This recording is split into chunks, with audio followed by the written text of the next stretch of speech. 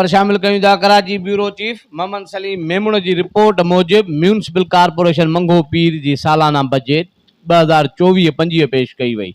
Town chairman Haji Nawaz Brohi सां गॾु municipal commissioner Agha Khaliq, vice chairman Arif Rana, account officer Faiz Memon हुआ। बजट 14,18,22,007 रुपयनि जी बजट पेश कई वई, जंहिंजा तफ़सील हिन रीत आहिनि। मुलाज़िमनि जूं पगारूं 1,98,64,675 रुपया, ॿिया ख़र्च 26,84,25,000 रुपया, सार संभाल ख़र्च 20,60,00,000 रुपया, तरक़ियाती ख़र्च 65,25,00,000 रुपया, मिशनरी ऐं गाॾियुनि जे लाइ कैपिटल डेवलपमेंट 4,50,00,000 रुपया, सरप्लस क्लोजिंग बैलेंस 62,300 रुपया जो जेकॾहिं तफ़सीली जाइज़ो वठूं त साल 2024-25 में मुतवक़ आमदनी जो तफ़सील हिन रीत आहे। सिंध हुकूमत पारां 1,55,53,15,000 रुपया ॾिना विया आहिनि। ओज़िट जी बकाया 6,17,26,000 रुपया, टैक्स एक्साइज़ 20 करोड़ रुपया, बेटरमेंट टैक्स 10 करोड़ रुपया, पेंशन फंड 2 करोड़ रुपया आहिनि, जंहिंजी मजमूई रक़म 1,95,17,17,007 रुपया आहे।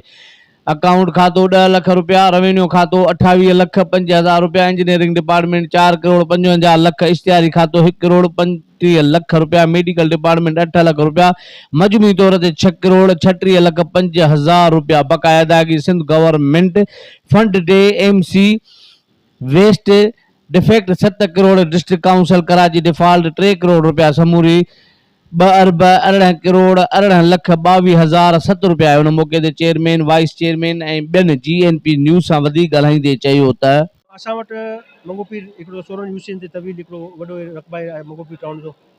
मामलात आहिनि हिते माज़ी में मंगो पीर टाउन खे नज़रअंदाज कयो वियो आहे।